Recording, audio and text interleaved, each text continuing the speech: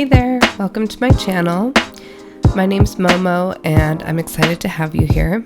Today I'm going to show you a little nail look that I did. It is a baccarat nail design and it's something I have been eyeing up for a couple of months now and I hope you enjoy it. So if you are not new here, you may hear that my voice is a little stuffed up. I am a little bit sick. It's kind of a bummer, but we're just going to go with it. It's been a stressful, it's just been a stressful while. But anyway, I am going ahead and using this beautiful blue jelly from Fiote.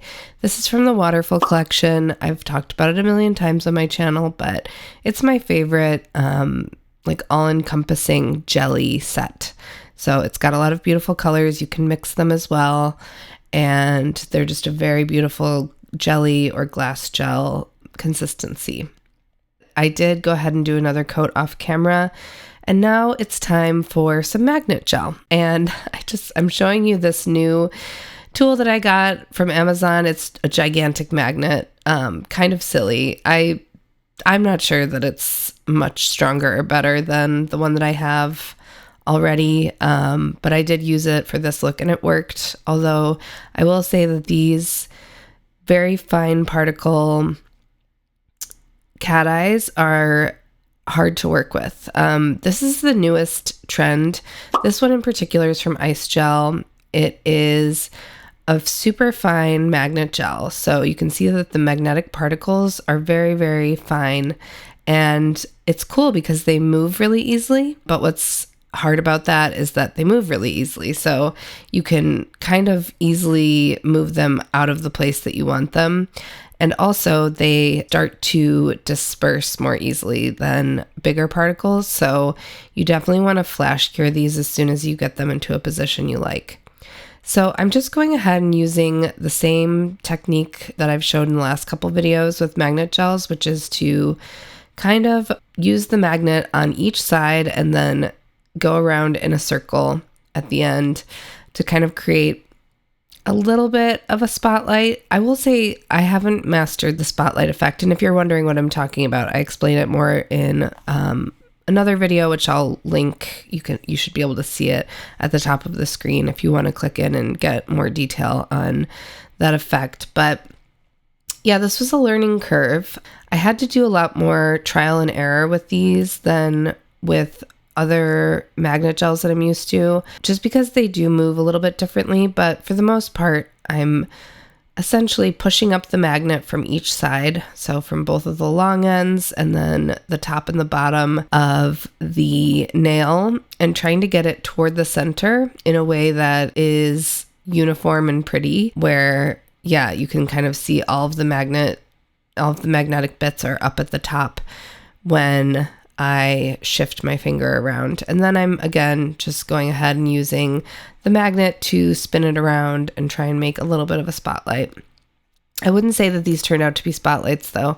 So I'm excited to play around with these magnet gels a little bit more and just fully get a sense for how they work. I have heard from other people that the kind of newest trend is these super fine magnetic gels and that they are definitely a little bit hard to work with. So I think that's kind of a universal experience beyond brands. But I did order a set from Reposo from Zillabeau and I'm very excited to get them. They're the same kind of magnet and I've seen they look beautiful. So I'm really excited to see if they feel any different than these ice gel ones. But overall, love the way these came out. They took a little bit of fiddling, but yeah, look at that.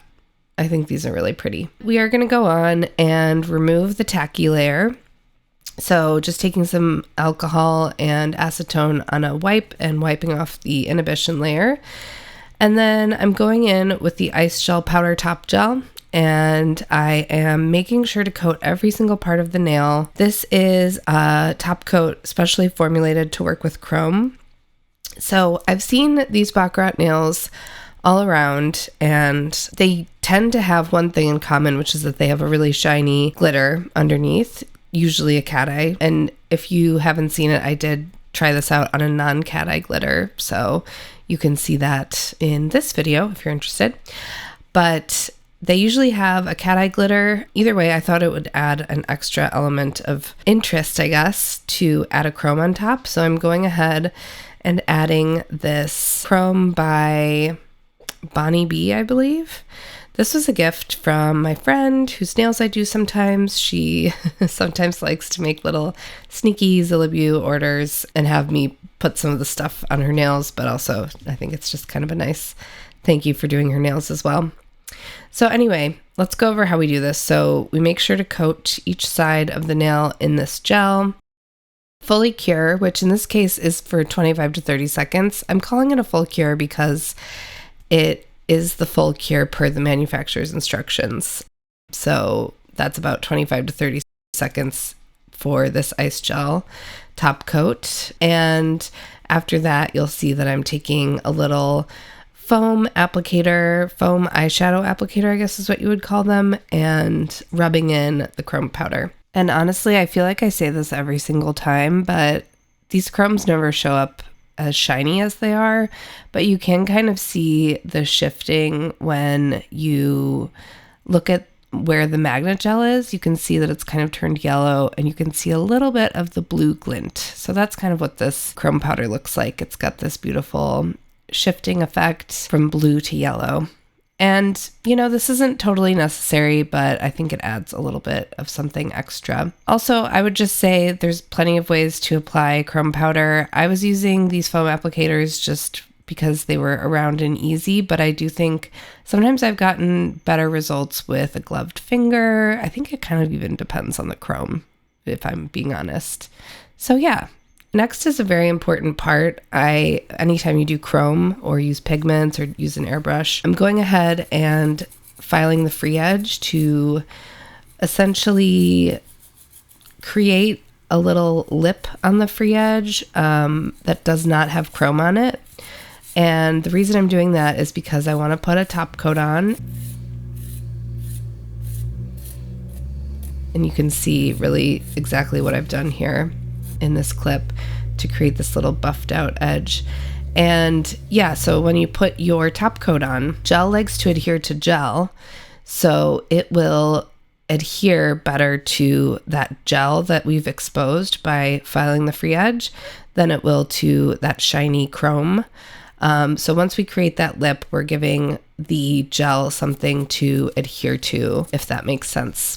So I've done that, and then I'm just dusting off all of the little bits of nail dust that have come up after I've filed. And now I'm taking a top coat and making sure to coat this nail completely. And that's really important because, of course, anywhere where you don't put down the top coat, so if you're a little loosey-goosey with the edges and that sort of thing, the chrome's just going to rub right off. So it needs that top coat to fully seal it.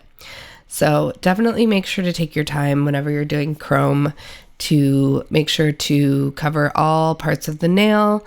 And then also you want to make sure to cap the free edge as well. And the reason for that is, well, as we've just talked about, you've created that little part of the free edge where there's no chrome, shiny chrome surface, so that your top coat can adhere to some gel, which is what it wants to do.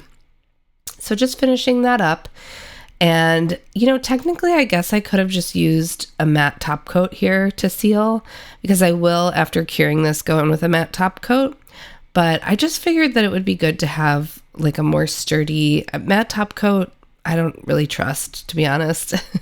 I don't trust it as far as I can see it.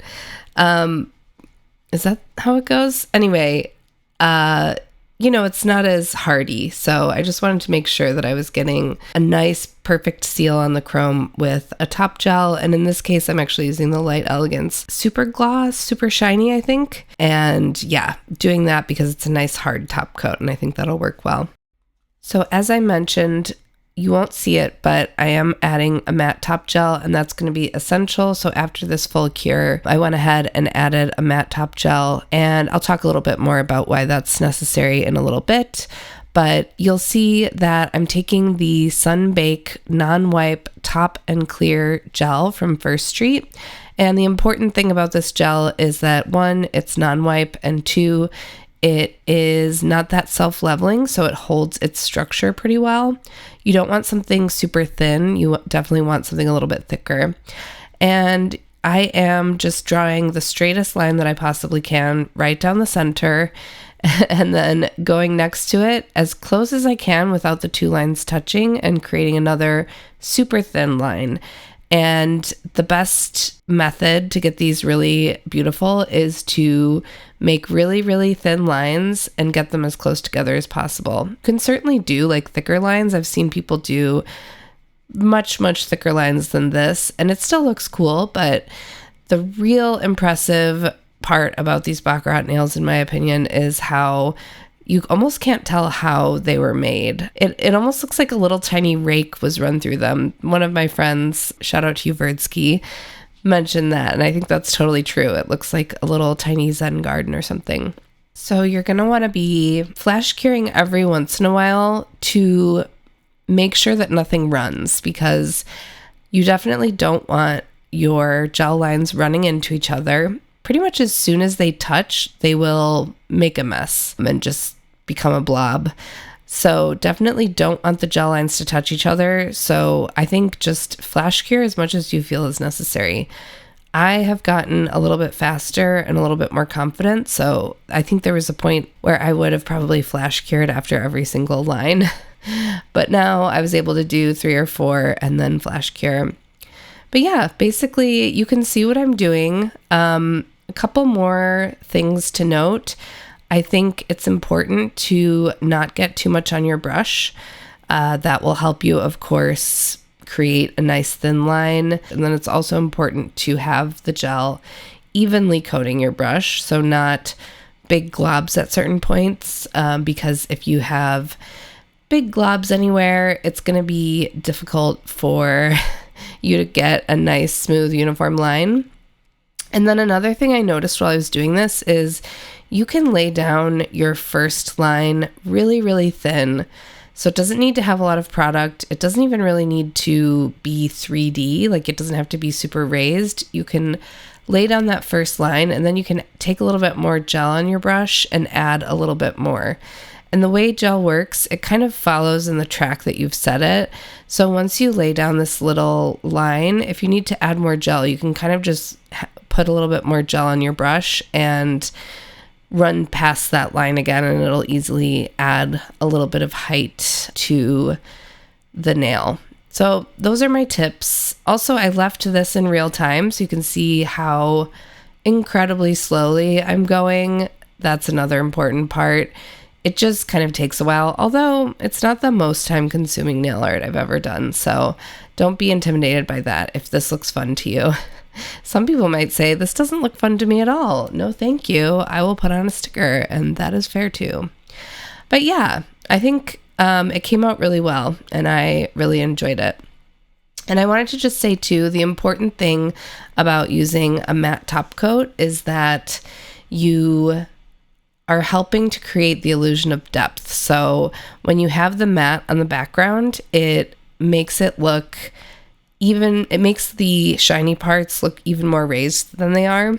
You want to use a gel that definitely holds its shape, but having that matte background is going to help a lot to make the shiny parts look even more raised than they are, if that makes sense. And that's why I really think the matte top coat is going to be essential when doing this look. So we're on to the second nail, and I had a little bit more trouble with this nail, but I thought I would leave it in so that you could see why it's important to flash cure and that you can start over if you mess up. So I did flash cure my initial center line, and I didn't like how things were going on the left side, so I went ahead and removed it and then started over. And hello again to my big head. I am still trying to figure out how to do some really detailed nail art with the camera that I have and not get my head into the frame, so I apologize. Honestly, I've been trying to increase the quality of my videos, and I've done a little bit of research on the editing program that I use, and I upgraded my camera, and sometimes I just feel like it actually introduces more complications and confusion. But I hope maybe someone out there notices better quality since when I started. And just know that I haven't been posting as often because life has been super busy for me and I felt kind of torn in a couple different directions, but I am definitely thinking about nails, doing my nails still. And honestly, also thinking about how to create better videos. So yeah, anyway. So I'll let you go ahead and watch the rest of this. I sped it up a little bit. I sped up these last couple nails, and I won't show you the last, I won't show you all of them, but I will just say one last thing, and that is that you definitely want to make sure not to do a final top coat, if that makes sense. You have done the matte top coat for a reason, so once you're done, and here we are, done, we don't have anything else to do. These are finished. They don't need any top coat because we have a matte top coat on, and we definitely want it to remain matte. So definitely no top coating. You would be getting rid of all the texture that you've worked so hard to create. Here are the final nails. I have really enjoyed wearing them. It's been about a month and they're definitely ready to come off. They held up really well, I can tell you, and I got a lot of compliments on them. I think people enjoy them because they're hard to pinpoint. You can't really figure out exactly how they were made. So I hope you enjoyed this video. Maybe you got some inspiration for a nail set. Maybe you just relaxed for a bit. Thank you for being here, and I hope to see you soon. Bye.